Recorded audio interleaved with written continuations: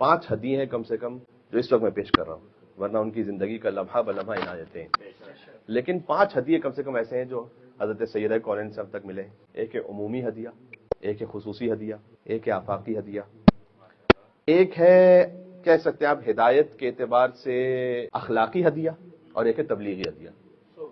یہ 5 ہدیے سن لیجئے گا اور گفتگو تقریباً اختتام تک میں لے آؤں گا۔ ایک ہے عمومی ہدیہ۔ عمومی ہدیہ کیا ہے؟ بیوی کی جانب سے، جس میں کوئی آیت اللہ ہو، کوئی مزدور ہو، کوئی استاد ہو، کوئی شاگرد ہو، کوئی چھوٹا ہو، بڑا ہو، مرد ہو، عورت ہو، بچہ ہو، بوڑھا ہو، جوان ہو، سب کے لیے وہ ہدیہ ہے۔ وہ ہے تسبیح بی بی فاطمہ الزہرا صلی اللہ علیہ وسلم، سب کے لیے ہدیہ ہے۔ نماز کے بعد کی تسبیح ہے سبھی کے لیے۔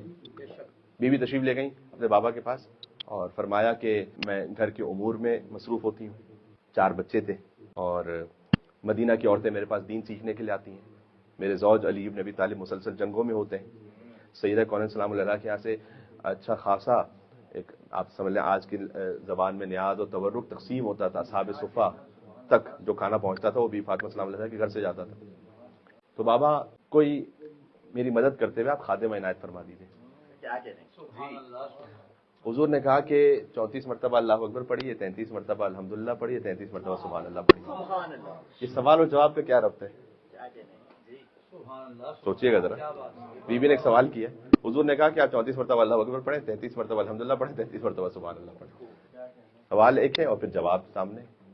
یہ قرآن کا ایک مزاج ہے، قرآن میں بھی اسی طرح سے ہے۔ میں آپ کی خدمت میں آیت پڑھوں جو قرآن میں سورہ بقرہ کی آیت ہے کہ وَيَسْأَلُونَكَ مَاذَا يُنْفِقُونَ، یہ سوال کرتے ہیں کہ اے رسول آپ سے کہ کیا انفاق کریں۔ سوال کیا ہے کہ کیا انفاق کریں، یعنی چاول دیں یا گندم دیں اللہ کی راہ میں، درہم دیں، دینار دیں، کیا انفاق کریں اللہ کی راہ میں۔ قل، آپ جواب دیجئے ما انفقتم من خیر، جو تم خیر کی صورت میں انفاق کرو، وللوالدین والاقربین والیتامى والمساکین وابن السبیل، تو والدین کو دو، اقربا کو دو، یتیم کو دو، مسکین کو دو، وابن سبیل کو دو۔ سوال تھا کہ کیا انفاق کریں، اللہ نے جواب دیا کس کو انفاق کریں۔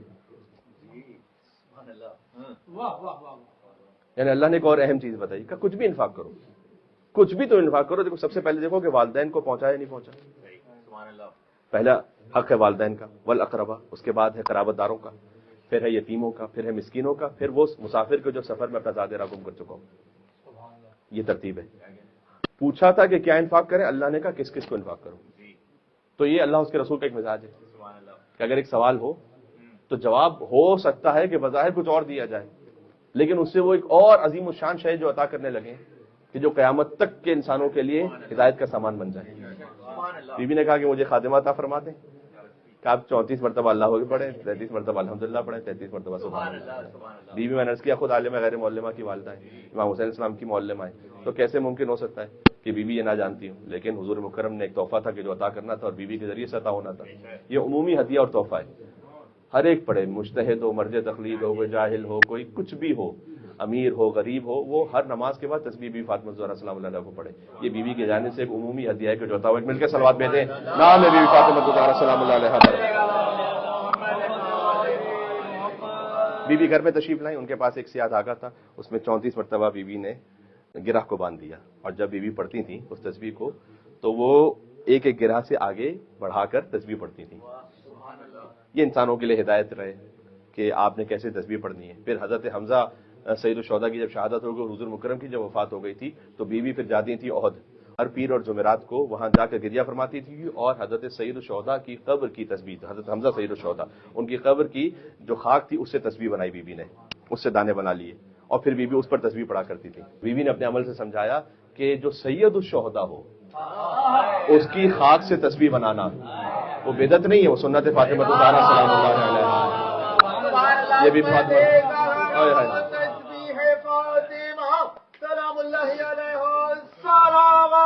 اللہم صلی علی۔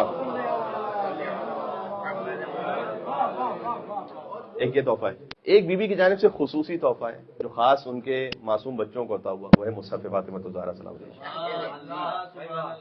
وہ عمومی نہیں ہے، وہ ہر ایک کی دسترس میں ہی نہیں ہے، کیونکہ مصحف فاطمہ الزہرا سلام اللہ پہ میں پوری گفتگو کر چکا ہوں، لہٰذا آپ کے اذہان میں اگر وہ گفتگو ہے تو ائمہ علیہ السلام تو فخر کرتے تھے اس بات پر کہ ہمارے پاس ہے مصحف فاطمہ، اپنی امامت کی نشانی کے طور پر کہتے تھے۔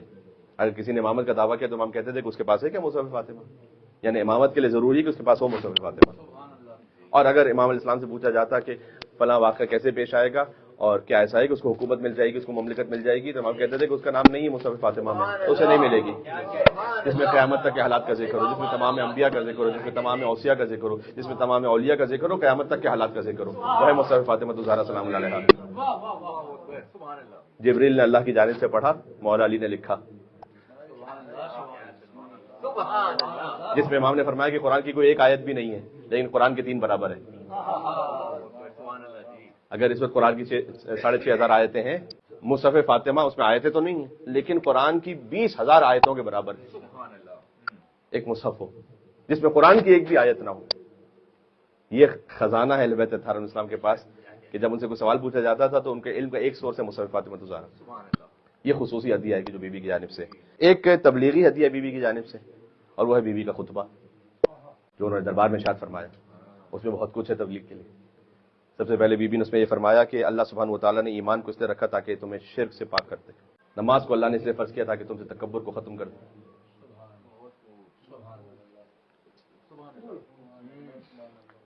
نماز کی اہمیت کو ہمیشہ اپنی زندگی میں رکھیے گا۔ اب عبداللہ حسین علیہ السلام آپ جانتے ہیں کہ ظہر عاشوراء انہوں نے نماز پڑھی اور تیر برس رہے تھے۔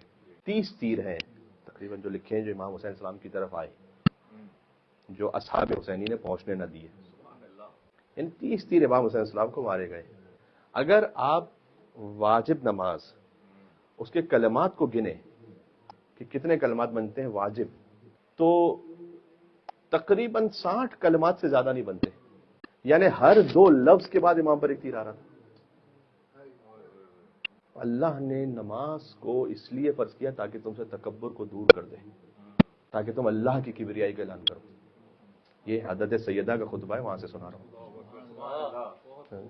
اللہ نے زکوٰۃ کو اس لیے فرض کیا تاکہ تمہارے نفس کو پاک کر دے، تمہارے مال کا تزکیہ کر دے۔ جب آپ اللہ کی راہ میں دیں گے تو آپ کا مال پاک ہو رہا ہے۔ روزے کو اس لیے فرض کیا تاکہ اخلاص عطا ہو جائے۔ روزہ فقط وہ واحد عبادت ہے جس میں کچھ کرنا نہیں ہے، کچھ نہیں کرنا ہے، کھانا نہیں کھانا ہے، پانی نہیں پینا ہے۔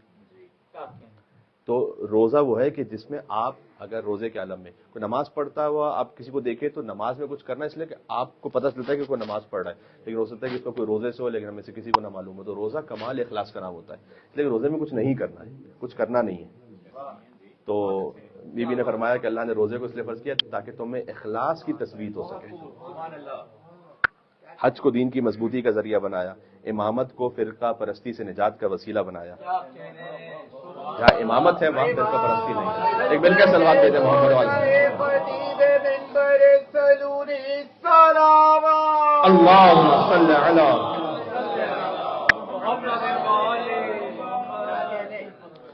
پھر اللہ نے مصیبتوں پر صبر کو اجر حاصل کرنے کا وسیلہ بنایا۔ یہ بی بی نے کہا کہ اگر تم مصائب پر صبر کر لو تو خاص الخاص ایک اجر ہے جو فقط مصیبت پر صبر کرنے والے کو اللہ عطا کرتا ہے۔ تو اللہ نے اس کو عطا فرمایا۔ والدین کے ساتھ نیکی کو اللہ سے غضب کی دوری کا ذریعہ اللہ نے بنایا، اور صلۃ الرحم کو طویل عمر کا اور رزق میں وسعت کا ذریعہ بنایا۔ یہ ایک تبلیغی تحفہ ہے جو بی بی فاطمہ زہرا سلام اللہ علیہ کی جانب سے عطا ہوا ہے، پورا خطبہ، اور عرشیہ کو کم سے کم زندگی میں ایک بار اسے پڑھنا چاہیے۔ ایک اخلاقی تحفہ ہے، ایک اخلاقی نصیحت ہے بی بی کی جانب سے۔ دیکھیں دنیا میں بڑے بڑے لوگوں نے چیریٹی کی ہے، بڑے بڑے وقف کی ہیں، مسجدیں بنائی ہیں، بہت کچھ انفاق کیا ہے، لیکن دنیا میں کوئی ایسی مثال نہیں ہوگی کہ خاتون اپنی شب عروسی اپنے عروسی کا لباس فقیر کو عطا کر دے صدقے کے طور پر۔ وہ ہے بی بی فاطمہ الزہرا سبحان اللہ سبحان اللہ بے شک۔ اور شب عروسی وہ لباس عطا کر کے یہ فرمائے کہ اللہ اکبر، کہ اللہ سبحانہ و تعالیٰ نے قرآن میں جو حکم دیا ہے کہ لن تنالوا البر حتى تنفقوا مما تحبون، تم نیکی کے کمال کو اس وقت تک نہیں پا سکتے جب تک وہ نہ دے دو جو تمہیں پسند ہے۔ یہ واحد مثال ہے۔ اور ایک آفاقی تحفہ ہے وجود حضرت حجت، وہ بی بی فاطمہ الزہرا سلام اللہ۔ یہ اپنا زہرا دیکھیں، مل کے صلوات بھیجیں محمد وآل محمد۔ اللہم صلی علی محمد وآل محمد وعجل فرجهم۔